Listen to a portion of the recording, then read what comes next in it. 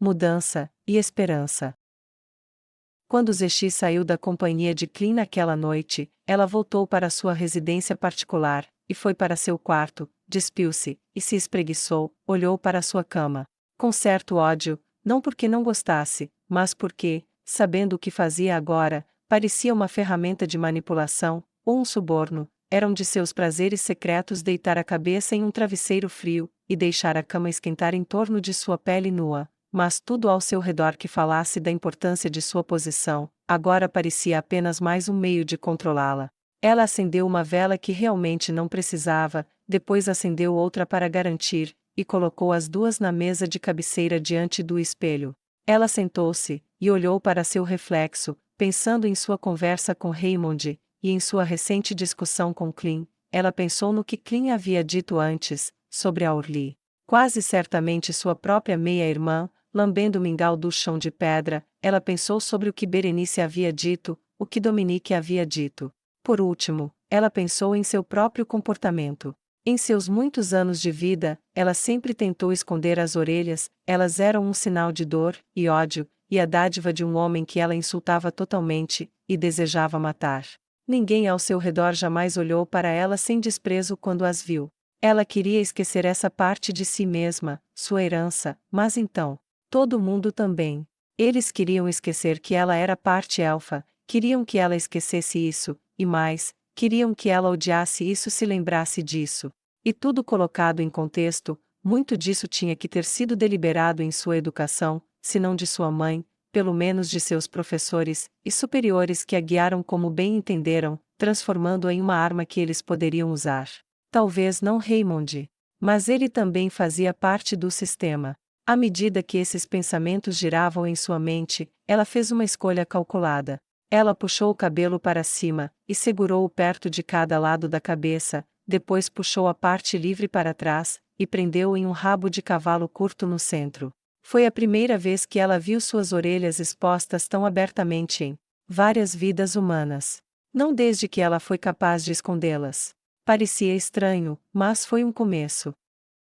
Kami Miyako, quarto de Clean. Zexi entrou no quarto de Clean como sempre fazia, embora lhe surpreendeu ao ver a diferença em seu estilo de cabelo. Você parece diferente. Ele disse com cautela. Bom, esse era o ponto. Ela disse. Agora mexa-se, fale menos, corra mais, os cães precisam de exercício. Ela disse, e abriu a porta com força suficiente para dobrar as dobradiças. Ela desceu as escadas, e saiu no momento em que a Orly estava entrando. Bom, você está aqui, pegue uma jarra de água, e um copo, e fique a cerca de 12 metros de mim na direção que o cachorro da princesa aqui está correndo. Sim, senhora. A Orly disse com uma voz de obediência nítida, consciente de sua posição, e ela correu para obedecer ao comando. Alguns minutos depois, Clean estava correndo o mais rápido que podia pelo pátio enquanto Zexi o provocava. Cada vez que ele passava por onde ela estava, ela brandia uma espada de madeira para ele, forçando-o a mergulhar, esquivar, pular, rolar ou de outra forma fugir.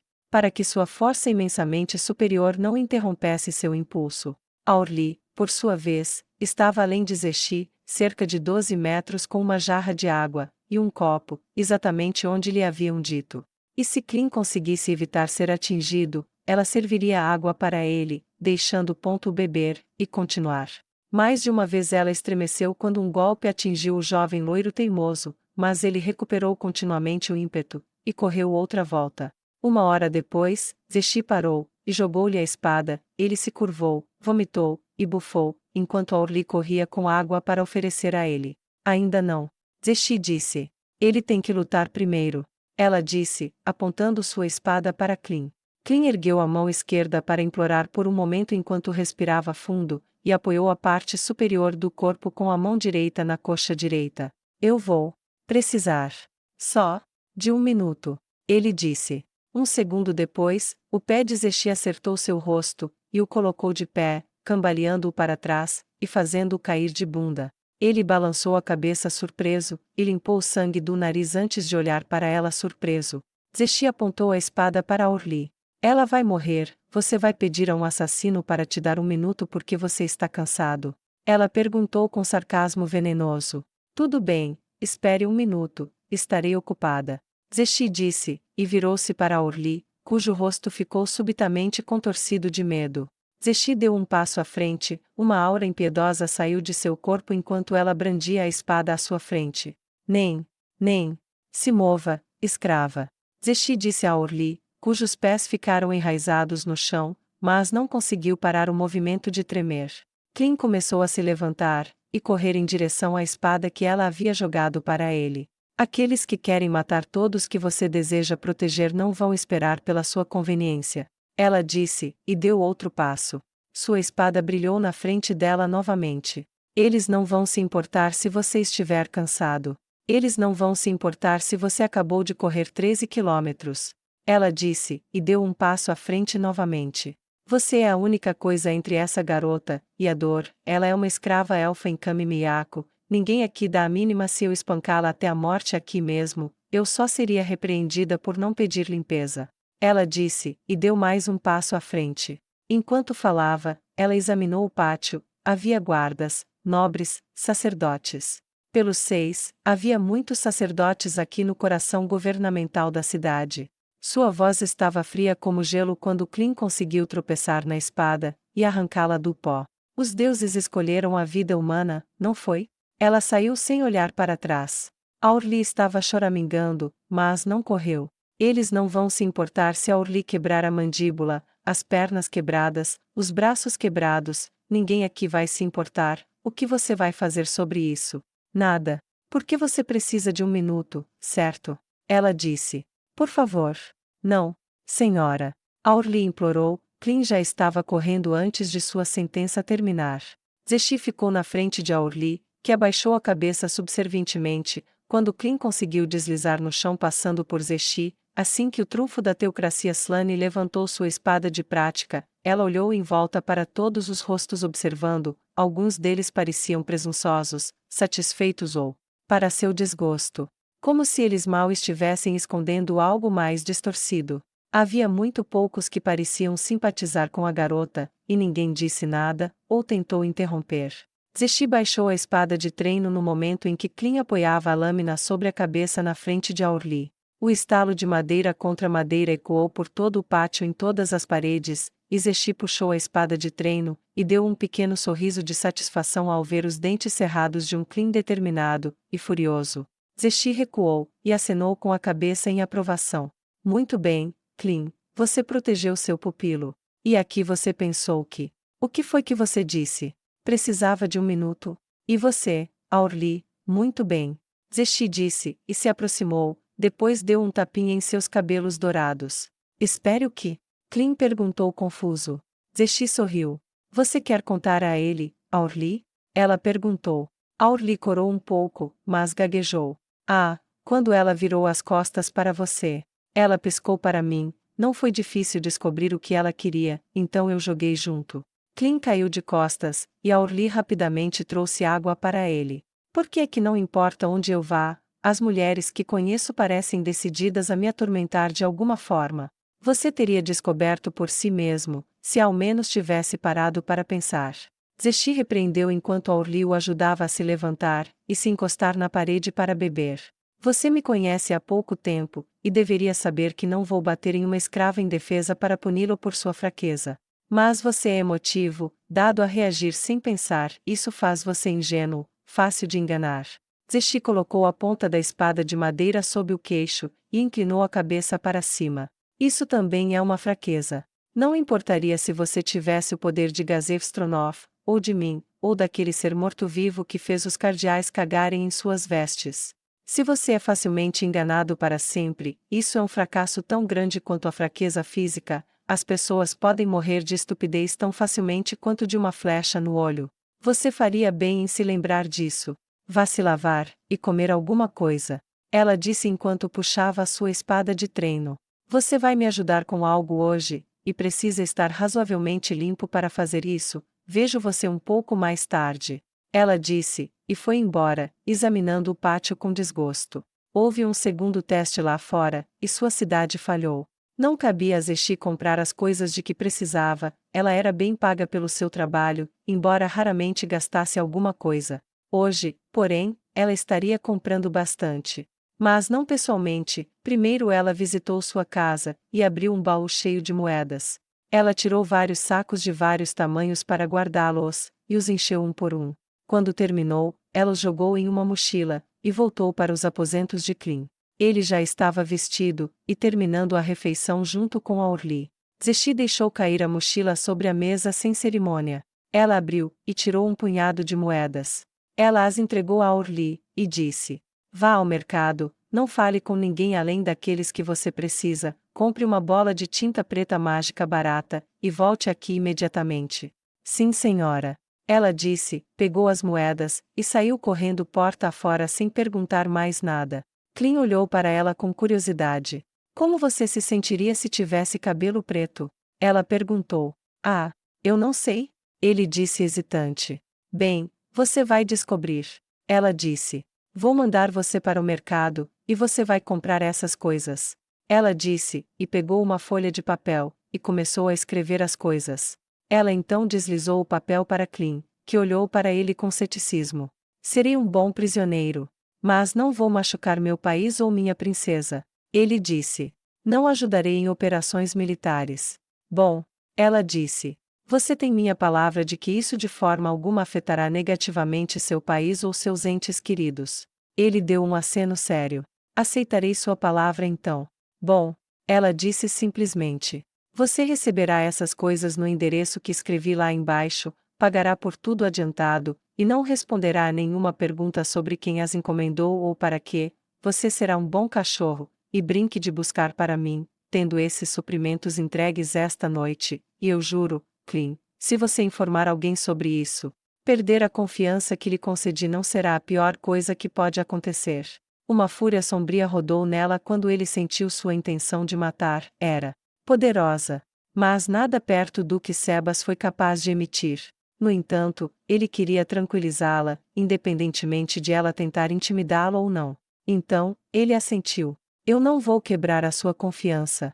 Ele disse. Você não precisa me ameaçar. Se alguém pudesse fazer isso, tenho certeza que você o usaria, mas já que você está me usando, deve ser pessoal, privado e importante, então ficarei em silêncio.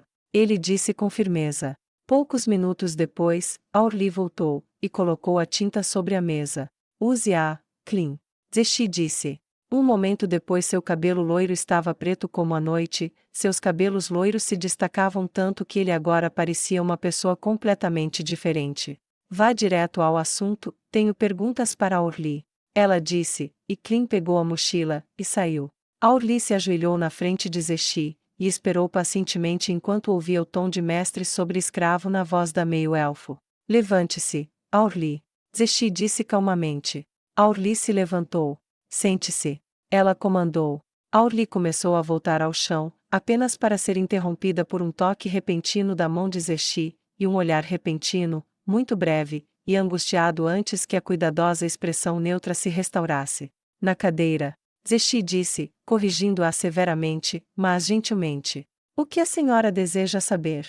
Orly disse recatada, e incerta. Zexi suspirou. Você pode relaxar por enquanto, chega dessa merda de senhora. Ela disse. Clean não está aqui para dar aula. Ela acrescentou, e Orly relaxou visivelmente. Primeiro, você se lembra do que eu disse sobre você talvez ser minha meia-irmã, não é? Zexi perguntou. Sim, Zexi. Mas presumi. No começo, você estava simplesmente me provocando ou me atormentando com o pensamento passageiro de que eu poderia ter uma família, viva, e ainda livre, e continuarei assim. Ela disse suavemente. Por que você pensaria isso? Zexi perguntou. Porque você odeia elfos, você disse que rejeitou tudo sobre nós por causa do seu pai. Meu pai também, eu acho. Ela disse suavemente. Você ainda acha isso?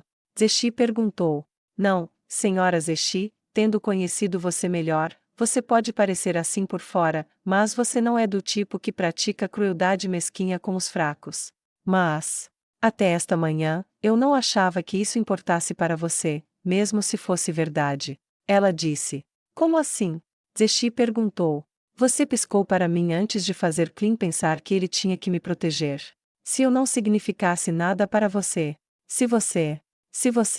Me odiasse pelo meu nascimento, se você fosse como o resto que só queria que eu sofresse, servisse, e eventualmente morrer, então você não teria me alertado sobre o truque, ou poderia nem ter sido um truque, talvez você realmente tivesse me batido. Se você pensasse que eu era sua irmã, e apenas. Ela desviou o olhar de Zechi com seus olhos heterocromáticos que perfuravam os dela. Não queria que eu fosse, você poderia ter me mandado embora, e substituído, e me esquecido, ou você poderia simplesmente ter se livrado de mim. Você é obviamente importante aqui, e eu sou nem mesmo contada como pessoa aqui. Aurli virou a cabeça para trás para encarar Zechi, e disse: Nada disso aconteceu. E agora? Você mostrou isso. Ela estendeu a mão, e tocou reverentemente as orelhas meio-elfas de Zechi que agora estavam completamente expostas, e em exibição, Zechi começou a recuar, mas depois se colocou de volta na posição em que estava, permitindo o toque que havia sido brevemente retirado quando ela se afastou da mão de Aurli. As mãos de sua meia-irmã tocaram suavemente os odiosos apêndices, mas Zechi se lembrou da vez em que ela os acertou com uma faca por causa da dor que ela pensava ser a culpada nos olhos de sua mãe. Isso, no entanto, foi diferente, nem em toda a sua vida ela simplesmente permitiu que alguém fizesse isso. O toque foi gentil, familiar, e Aurli não ficou muito tempo ali. Em vez disso, ela puxou as mãos, e terminou dizendo: Então, eu sei que não importa o quanto você odeie nosso pai, você não odeia sua irmã. Ela disse alegremente, e se levantou da cadeira, e se lançou para frente para abraçar Zechi o mais forte que seus braços fracos e impotentes podiam. Zechi era, até onde ela sabia, a lutadora mais poderosa do mundo. Ela poderia ter evitado o abraço de centenas de maneiras diferentes, mas optou por não fazer isso, permitiu que a garota saltasse sobre ela. Ela não tinha segurado qualquer um, exceto os feridos, ou os moribundos, por muito tempo, mas ela deixou acontecer, e gradualmente cruzou os braços ao redor da jovem elfa. Zechi não era de chorar, e ela não chorava agora. Isso, porém, não impediu que os olhos de Aurli se esvaziassem. Quando ela ficou quieta novamente, Zechi gentilmente fez com que a garota se sentasse novamente, e disse: Eu nunca soube que tinha outra família além da minha mãe. Se eu soubesse que tinha irmãos e irmãs, e que eu estava ajudando com toda a crueldade sobre eles. Aurli balançou a cabeça. Não, não faça isso. Ela disse. Parece que, do seu jeito estranho, você foi mantida mais isolada do que Clean, sempre longe, lutando, e nunca vendo mais nada, criada em isolamento para ser a arma deles. Eles moldaram você no que queriam, e jogaram com sua sede de vingança. Mas não é isso que você tem que ser, você tem uma escolha. Você não é um. Ela fez uma pausa, e tocou a gola em seu pescoço, e o lugar em sua coxa onde a marca estava escondida por o saco barato que servia de roupa. Uma escrava, como eu. Pode deixar tudo isso, não precisa fazer o que mandam, pode ser tão livre quanto quiser. Ela disse com urgência, e inveja em sua voz. Zechi balançou a cabeça. Não, não posso. Não saber o que sei agora, não ter visto o que era cego antes, e para o bem ou para o mal este é o país da minha mãe, e eu acho, amigos aqui. Ela disse. E talvez este lugar valha mais do que parece. Talvez possa se consertar se tiver a motivação certa. Conheço o cardeal Raymond, ele é um bom amigo. Se eu realmente insistir no assunto, talvez ele possa fazer mudanças. Ela disse esperançosa. Aurli parecia duvidosa. Olha, você fica aqui, vou sair e comprar uma comida boa para nós. Zechi disse, dando um sorriso pálido para a expressão duvidosa de Aurli. Ela sentou-se pacientemente, pelo menos, e Zechi saiu da torre. Poucos minutos depois, sentiu uma fome persistente, decidiu comer. Só uma pequena mordidinha no caminho para um restaurante para pedir mais para levar com ela. Ela se aproximou de um vendedor, tirou uma moeda, e apontou para uma carne num palito. 2 desses. Ela disse. Ele olhou para as orelhas dela, e balançou a cabeça. Não para você, não há. Eu não sirvo seu tipo aqui. Ele disse sem rodeios. Meu tipo? Zechi perguntou. Elfos pirralhos. Afastem-se da minha loja. Ele disse em um tom de voz desagradável. Zechi lembrou-se da expressão duvidosa de Aurli, e reprimiu o impulso de punir o vendedor, passando pacientemente de um para o outro, tentando comprar algo para comer. Se ela fosse uma figura famosa, mesmo com as orelhas, isso poderia ter sido possível, mas sem um uniforme evidente, e sendo uma membro mais secreta que passou a vida em grande parte escondida, pelo que todos sabiam, ela era apenas uma meio-elfo aleatória que não era bem-vinda em qualquer lugar que fosse dentro de Kami Miyako. Ela manteve o temperamento baixo, e sob controle, até que o 11º restaurante a mandou embora na porta. Droga, tenho boas moedas para gastar, e apoio este país como qualquer outra pessoa. Quando você diz meu tipo, você está falando de um concidadão. Ela rosnou com raiva. O proprietário, um homem corpulento e musculoso que poderia ser considerado intimidador para seus vizinhos, aproximou-se dela e disse: Eu disse que não sirvo sua espécie aqui, nada de elfos, vão para outro lugar. Ele disse com ódio em sua voz. Já estive em outros 10 lugares até agora. Ela começou, seu temperamento começando a escapar. Então faça 12 ou vá para casa, vadia elfa, mas você não será servida aqui. Ele disse, e colocou a mão no ombro dela. Era grande, carnuda e musculosa. Zexi olhou para ela. Você vai querer remover isso se quiser se masturbar com ela de novo, seu inseto. Zexi rosnou. Ele riu. Sua mão também era. Nada. Ela agarrou. Ela apertou. Ele gritou. Os ossos de seus dedos foram esmagados quase até virar pó em suas mãos. Ele tentou se afastar, seguir o conselho dela de tirar a mão dela, mas a chance de fazer isso levemente desapareceu dele. Ela olhou para ele com fúria em seus olhos heterocromáticos, e começou a dobrar a mão dele, estalando o pulso. Ela cuspiu na cara dele. Fique com a comida, tenho certeza que é tão nojenta quanto você. Ela foi embora, deixando-o caído de joelhos na porta da frente, gritando por socorro. Ninguém barrou seu caminho quando ela saiu, mas depois de cerca de 1 hora vagando, e fazendo compras fracassadas, um punhado de guardas da cidade se aproximou dela. Eles se espalharam para barrar seu caminho. Você está no meu caminho. Existe uma razão? Ela perguntou. O guarda, um sujeito de aparência rude com uma cicatriz que se dividia no nariz, assentiu. Ah, tivemos relatos de uma criança elfa assediando restaurantes, e que ela atacou, e feriu o dono de um restaurante. Você se encaixa na descrição dela. Então, temo que você tenha que vir conosco. Ela olhou para os homens à sua frente. Tenho. Ela disse com uma voz gelada. Não é uma palavra que você possa usar comigo. Eu não assediei ninguém, não ataquei ninguém, agora você vai sair do meu caminho, ou ficará grato por eu decidir deixar você viver para se arrepender. Ela não liberou sua intenção de matar, ela esperou para ver o que ele faria, ela recuou alguns passos para permitir que eles andassem ao seu redor facilmente, se quisessem. Mas o guarda que havia falado gritou. O maldito elfo tem uma arma, pegue-a. Não foi nenhuma briga, ela esmagou couraças, quebrou braços, mãos e pernas, e os deixou emaranhados em uma pilha feia e indigna. A expressão duvidosa de Aroli fazia todo o sentido agora. Ela poderia fazer compras o dia todo, e nunca comprar nada com sucesso.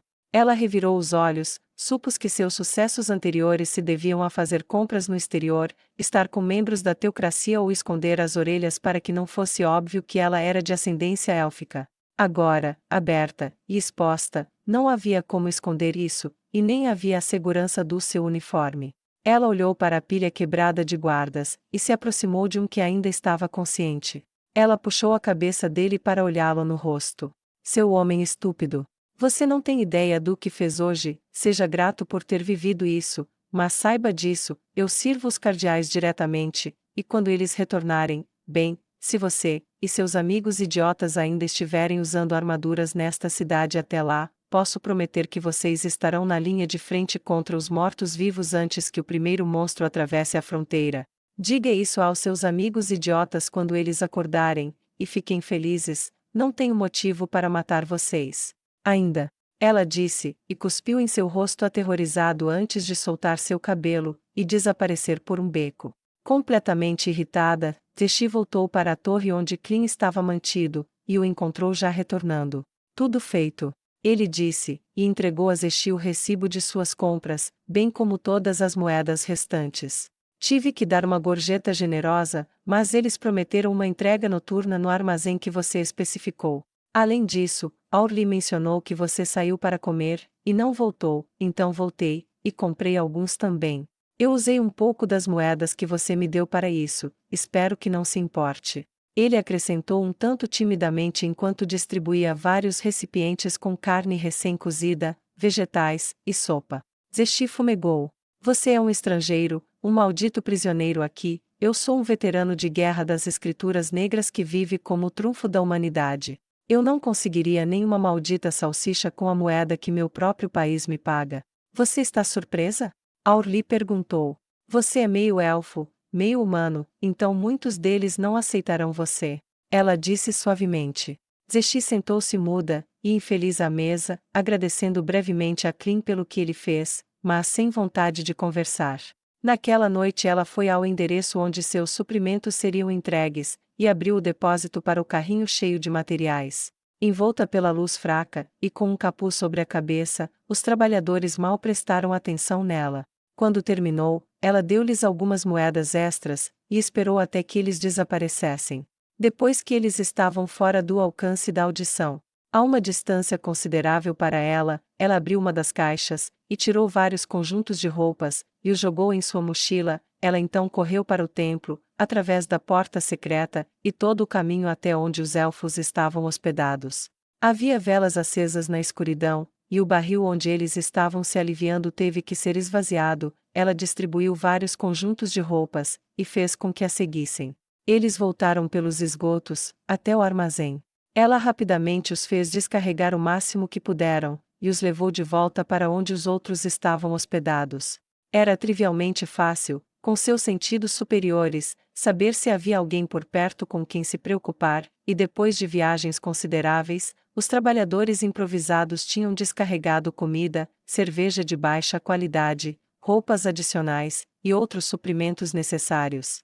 Houve perguntas, expressões de gratidão, e muito mais em seu caminho, mas ela tinha pouco tempo para essas coisas. Ela deu orientações sobre onde nas várias salas do tesouro não utilizado eles poderiam despejar o barril com segurança, já que havia uma pequena grade de esgoto fora do que poderia ter sido um escritório em algum momento do passado misterioso. Mas por outro lado não demorou mais tempo entre seus convidados. Ela tinha outras coisas para fazer. No dia seguinte, a cidade estava alvoroçada com a história do assassino espreitando pelas ruas de Kami-Miyako, e com rumores de uma insurreição secreta dos elfos. Zexi sorriu para si mesma. O último que ela matou foi um nobre gordo que usava trabalho doméstico élfico para mais do que apenas cozinhar e limpar.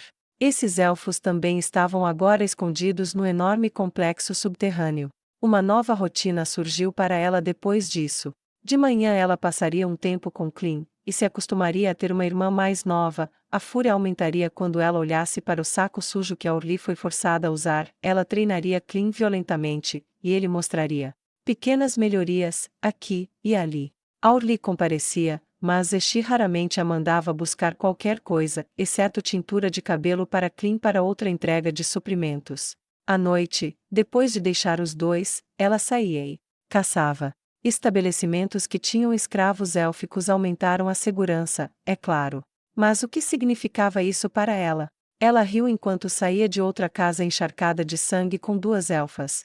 E um menino meio-elfo.